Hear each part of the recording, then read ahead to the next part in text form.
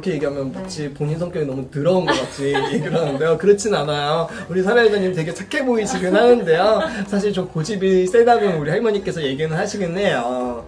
그리고 이런 데를 많이 다녔다 소리는 없지만 본인은 어느 정도 본인이 설계한 게 있기 때문에 그 답변, 그 듣고 싶은 이야기를 해줘야만 만족을 한다 소리가 있거든요. 그러다 보니까 제가 보통은 제가 보이는 거를 한 20분 정도를 다 얘기를 하고서는 더 궁금한 거 있으시면 물어보세요라고 하는데 우리 사례자님 같은 경우는 먼저 물어본 거예요. 제가 역으로 궁금한 거를 먼저 물어보라고. 왜냐면 그거부터 풀어주고 나서 제가 보이는 걸 얘기를 해야 그래도 좀 여유 있게 듣는다 소리가 있지, 제가 먼저 하고 싶은 말을 다 해버리면은 아우 쟤 뭐야 이러면서 싫다 소리가 나오거든요. 남자친구랑은 나이 차이가 어떻게 되시죠? 동갑이에요. 동갑이요? 죄송하지만 본인은 동갑이랑은 더 안 맞아요. 왜요? 본인은 이미 남자를 약간 아래로 보는 성향이 있다 보니까는 본인보다 연상이랑 만나야지 동갑이나 연하랑 만나면 싸울 때 궁지로 몰아넣어가지고 자칫 잘못하면 금방 익을 수가 보여요. 본인 같은 경우도 평상시에 잘 참는단 말이에요. 근데 한번 삥또상해가지고 말을 해버리면은 상대방한테 궁지로 몰면서 상처내는 말을 확 쏘아붙인단 말이에요. 그럼 그 상대방이 버티겠어요? 못 버티겠어요? 근데 왜 본인보다 나이 많은 사람한테는 그래도 본인이 좀 말을 아낀단 말이에요. 그래도 조심한단 말이에요. 그래도 나보다 오빠니까 이런 생각을 하면서. 그리고 오히려 오빠들한테는 평상시에 조금씩 속상한 게 있으면 나 이랬어 저랬어 조금씩은 얘기를 하는데 동갑이나 연하한테는 그걸 못해요. 자존심 상해가지고. 담아두다 한 번 폭발해버리니까는 안 돼요. 안 그래도 이 남자친구 착하다 소리가 있는데 한 번 본인이 윽박질러버리면은 이 사람 못 버텨요. 이 사람도 눈물이 많다 소리가 나오거든요. 겉으로 봤을 때는 되게 조금 냉정해 보이고 차가워 보인다 소리가 있는데 그거는 본인을 감추기 위함이고 내면 자체는 멘탈이 유리라고 나와요. 오히려 본인이 조금 더 센 편이고요. 그 사람에 비하면. 근데 사실상 본인도 겉으로 봤을 때는 되게 화려하고 세 보이지만 본인도 유리메탈이에요. 본인도 상처받기 싫어서 상처받기 전에 본인 스스로가 먼저 상처를 상대방한테 주는 타입이거든요. 그리고 상처 줄 것 같으면 본인이 먼저 떠난다 소리가 있어요. 어떻게 보면 저랑 좀 비슷한 부분인 것 같아요. 우리 매니저님은 저랑 알고 지낸 지가 거의 10년이 넘다 보니까 제가 좀 그런 타입이라는 걸 알아요. 그러니까 뭘 안다고 끄덕여요. 끄덕이지 마세요. 사실 점사 보기가 좀 오늘은 쉬운 게요. 그냥 저를 보고 저에 대해서 얘기하면 거의 맞아요. 신의 가물이 있다고 해서 100% 저희처럼 무당이 되진 않아요. 허나 신의 가물이 있다 보니까는 본인 스스로가 종교를 한 가지는 무조건 믿고 가셔야 된다 소리가 있어요.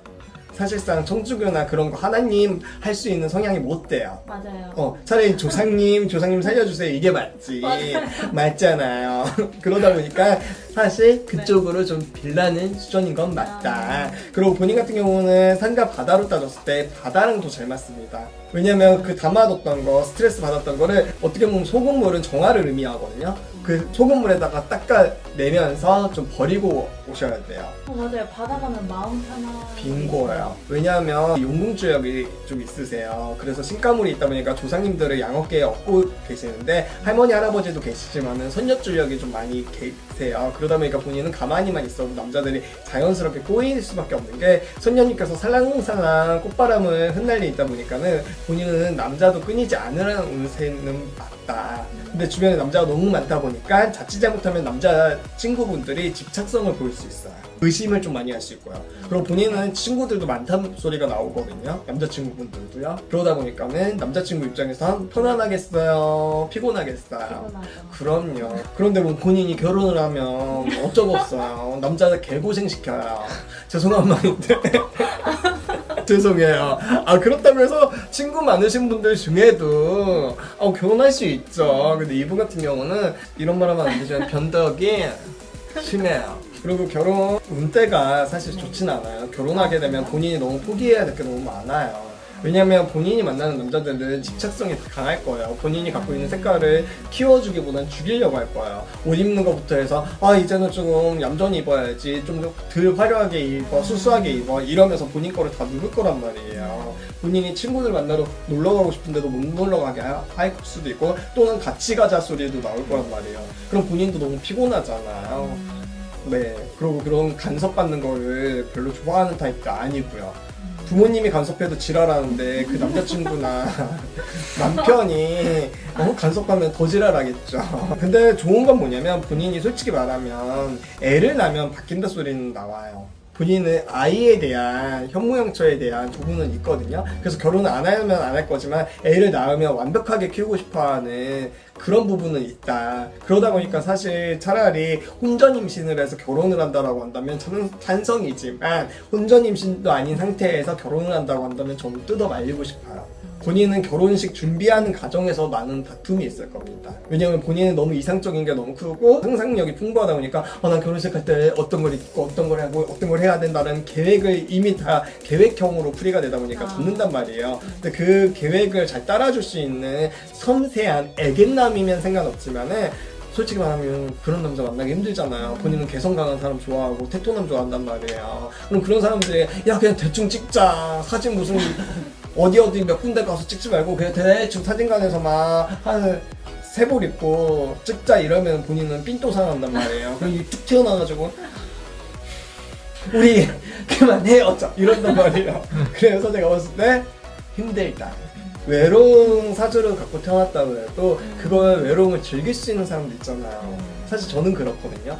저는 외롭다 해서 친구들이 막 연애 소개팅 시켜준다 해도 저는 맨 처음에는 나 받을게 했다가도 당일날 되면 변덕 부려요. 그래서 내가 뭐 나가서 뭐 어차피 못 사귈까 나 그냥 혼자 즐길게 하면서 즐기는 타입이거든요. 그리고 사실 본인도 연애하는 것보다는 그냥 친구들과 놀러 다니고 즐기는 거를 더 좋아할 수밖에 없는 운세이기는 해요. 차라리 그러면서 좀 재미있게 살아서 좋겠고요. 왜냐하면 본인은 되게 남들이 봤을 때는 멋있고 화려하게 즐긴다라고 볼 수 있지만 본인 내면에는 너무 힘들다 소리가 나오거든요. 눈물도 많고 본인이 부목덕이 있어서 부모한테 써야 되는 것도 아닌데 본인은 돈 버는 족족 다 센단 말이에요. 이것저것으로. 그러니까 어떻게 보면 본인이 가장 노릇을 해야 돼요. 어떻게 보면 동생임에도 불구하고 언니한테도 참견을 해서 언니도 신경 써줘야 되고 부모도 신경 써줘야 되고 그러니까 본인은 어깨에 짐을 너무 많이 지고 간다 소리가 나와요. 그러다 보니까는 그거를 이제 좀 내려놓고 좀 쉴 수 있었으면 좋겠다는 생각이 좀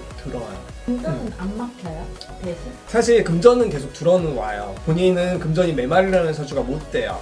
본인은 돈 되는 일들만 해요. 그리고 솔직히 말하면 본인은 돈만 보고 더 움직이는 타입이에요. 일을 할 때. 그렇기 때문에 돈은 끊인다 소리가 없는데 문제는 돈이 들어왔는데 없어. 한 일주일이면 텅텅 벼. 그렇다고 해서 내가 옷이나 사고 화장품이나 사고 그러면 들어 그래. 근데 이상해. 사기는 사는데 많이 사는지도 맞아요. 어쩔 수 없어요. 그래서 보세요. 그런 건가? 근데 가장 사주잖아요. 신가물이 있으니까 20, 30대까지 번 돈은 다 베풀면서 살라는 수란 말이에요. 그럼에도 불구하고 본인은 40대 때 일찌감치 문서운이 들어와요. 그래서 그 문서만 잘 잡으면 본인이 그냥 쭉 갈 수가 있단 말이에요. 근데 문제는 그거예요. 문서를 잡는 순간 본인으로서 살 판이 났기 때문에 그동안에 억눌렸던 거를 폭발하면서 살 거기 때문에 결혼운은 당연히 안 들어오는 거예요. 만인의 사람으로서 끼 딸면서 그리고 사실 낮과 밤으로 따졌을 때 부엉이과란 말이에요. 밤만 자면 네네 아셔야 돼요. 무슨 말이냐? 저 밤에 자야 되는데요. 잠 많은데요. 무슨 말이냐면 본인은 낮에 일하는 것보다 밤에 일하는 때가 머리가 더 총명하다 소리가 나와요. 컴퓨터나 뭔가 작업을 할 때 밤에 했던 작업들이 오히려 단시간에 해가지고 성과를 이뤘다 소리가 나오거든요. 뭔 말인지 아셨죠? 그러다 보니까 밤의 영으로 풀이가 돼요. 낮과 밤이라고 제가 설명을 할 때 진짜 밤만 되면 눈이 초롱초롱해지는 사람이 있다면 본인은 초롱초롱하진 않지만 밤에 뭔가를 일을 처리를 했을 때 더 성과가 좋다. 그 말은 미팅을 하거나 소개팅을 나갈 때 낮에 나가는 것보다 저녁에 나가는 게 빈고요. 그래야 승률이 좋다고요. 또 만약에 나중에 계약을 하거나 사업을 하는 과정에서 미팅을 한다라고 했을 때 본인은 낮에 하는 것보다 저녁에 빈고요. 할머니 할아버지께서도 도와주는 격이 있다고 말씀드렸지만 아까 제가 누가 있다고 했죠? 선녀예요. 이 선녀는 밤만 되면 끼를 떨거든요. 그 끼가 더 올라오기 때문에요. 본인의 식성 자체가 선녀세요.